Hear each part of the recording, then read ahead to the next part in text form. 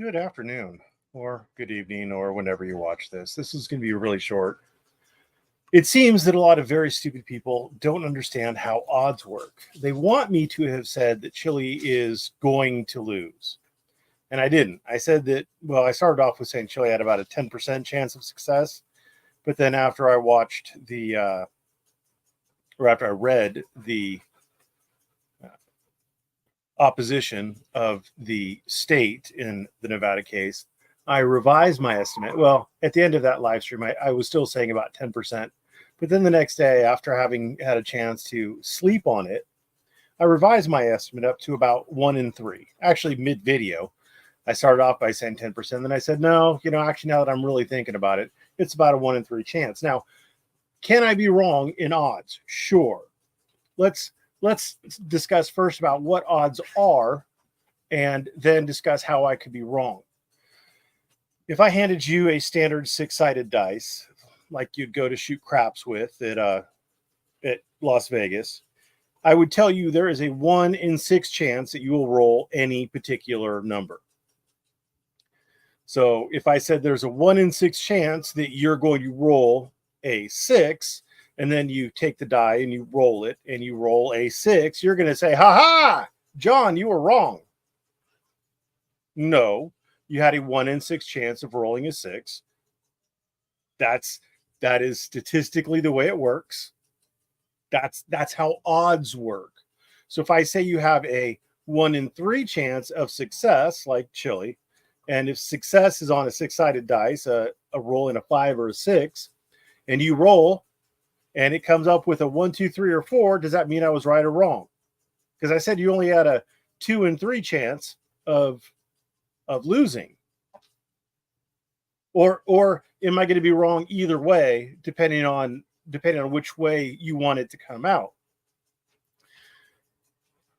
So the only way that you could show that I was wrong in my odds would be to look at the various factors that I used, that I analyzed to come up with my particular decision on what the odds were. So again, if we look at the die and I say, well, here is a die, there are 6 sides. And so if you roll it, you're going to get a 1 in 6 chance. And then you look at the die and you say, wait, this dice has 7 sides or 8 sides or whatever. And you count them up and there's 7 or 8 sides. Then you can say, wow, John, you were wrong. The odds you gave were wrong because you could roll a 6 once out of 7 times or once out of 8 times or however many sides there are on the die. That's how you'd be able to prove me wrong. So some of these things, like a quick look at the decision in Chile's appeal, BZ Watchdog, who for some reason thinks that he, I don't know, gave some sort of analysis. So it's super easy. It's super easy to say that like if you're E-Line or if you're BZ Watchdog, and if Chile loses, it's really easy for you to say, well, he lost because the judge used to be married to a cop. He lost because the system's against him. He lost because of this. He lost because of that. And what you're really saying is you're justifying not having called it correctly, right? But I learned a long time ago in this particular YouTube business to not give 100% odds on anything. Not to say 100% he's going to lose or 100% he's going to win. And I a lot of that came from actually well, that's a good point, but they're not gonna look at that. It's only when the person who they don't like says something.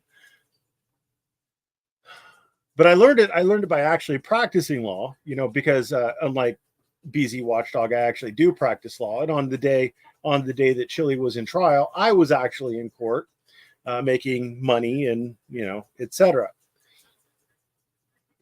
But I learned it because you can never predict exactly what another human being is going to do.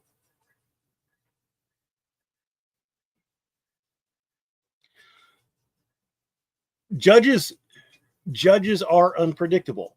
I mean, if Eli was honest, he would tell you that judges are unpredictable. He's been in enough lawsuits, I'm going to assume, that he's gotten in front of enough judges to know they're unpredictable. You can never know everything that's going on in another person's mind. Even if you have all the law and all the facts on your side, judges make mistakes. So again, for those of you who don't understand what odds are, I just want to be very clear. What odds are is a likelihood of success based on the factors that I know and understand. So I looked at the actual trial. I looked at Chili's pleading. I looked at the state's answer. The Chili's reply to the state's answer opposition didn't change my analysis one way or the other, because it didn't actually respond to the state's analysis. So yeah, I'm going to stand by. I'm going to stand by my entire analysis. Now the funny thing is that BZ Watchdog wants me to admit that I was wrong somehow and to go away. And that's kind of weird. It's kind of odd that BZ, who has still never given me the citation, who has still never shown me the case that says that that federal law is always in effect at a post office, even if they don't have concurrent or exclusive jurisdiction.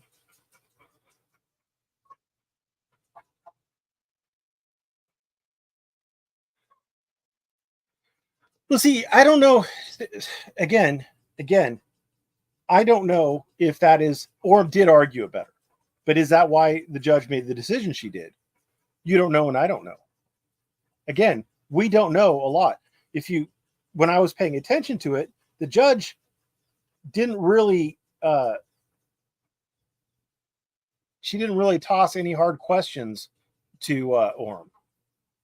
Most of the time, she was saying things that were in agreement with Orm. So had she already made up her mind based on the pleadings?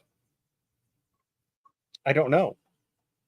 Again, that's my problem. It's not that Chili prevailed on his appeal that bugs me. What bugs me is that there's no closure in there. There's just no closure in there. Her saying, it's a constitutionally, or it's a First Amendment protected activity, doesn't say anything. I don't know what it is. I don't know how it applies to anything. It was the entirely the opposite of everything I expected from a appellate court. Jay Roberts is still waiting for BZ to back up his claim that he was in forced recon. He won't, because he can't, because he wasn't. Anyway, that's all. A little 8-minute live stream. I just wanted to talk because it's just I am human, and I see over and over and over and over again people jumping to the entirely wrong conclusion about what I said. People who apparently have either never watched what I put out, and they're only reacting to what Eli is saying. Eli is a known liar, a proven liar, and he hasn't sued me for defamation yet because he knows that I can verify that he's a liar, because I did verify he's a liar. But they're taking what he says as somehow face value, I guess. It's just so, like, you can't fix stupid people. You just can't fix stupid people. On a video where I talk about what's going to happen in the lawsuit, I get questions like, but Chili already sued the officers. Is that lawsuit still going? It's like, just so many stupid people. Sometimes I do get a little disappointed.